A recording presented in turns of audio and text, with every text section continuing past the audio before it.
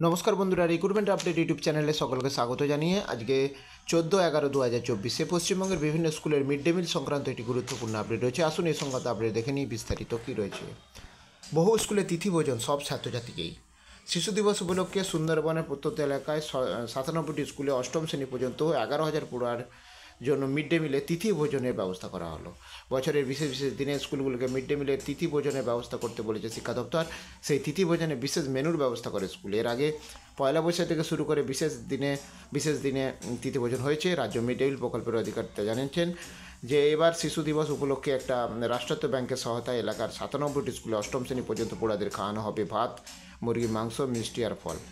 Mid day মিলে প্রায় পাক প্রাথমিক থেকে অষ্টম শ্রেণী পর্যন্ত পড়ুয়ারা অনেক স্কুলে দাবি করছে এসেছে যে মিড ডে মিল দেওয়া হোক অন্তত দশম শ্রেণী পর্যন্ত, কিন্তু তা এখনও পর্যন্ত কার্যকর হয়নি। এবং বৃহস্পতিবার আজ শিশু দিবস উপলক্ষে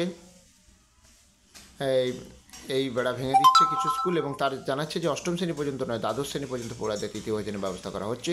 খরচ দিচ্ছেন শিক্ষক শিক্ষিকারায়।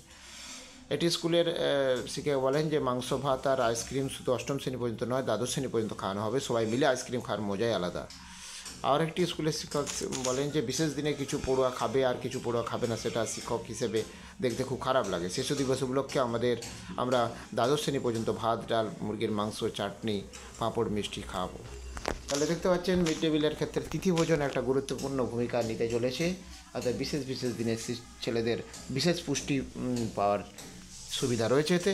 তো যাই হোক, এই সংক্রান্ত আরও আপডেটগুলো অবশ্যই শেয়ার করবো। সঙ্গে থাকবেন এবং চ্যানেলটা সাবস্ক্রাইব করে নেবেন। ধন্যবাদ।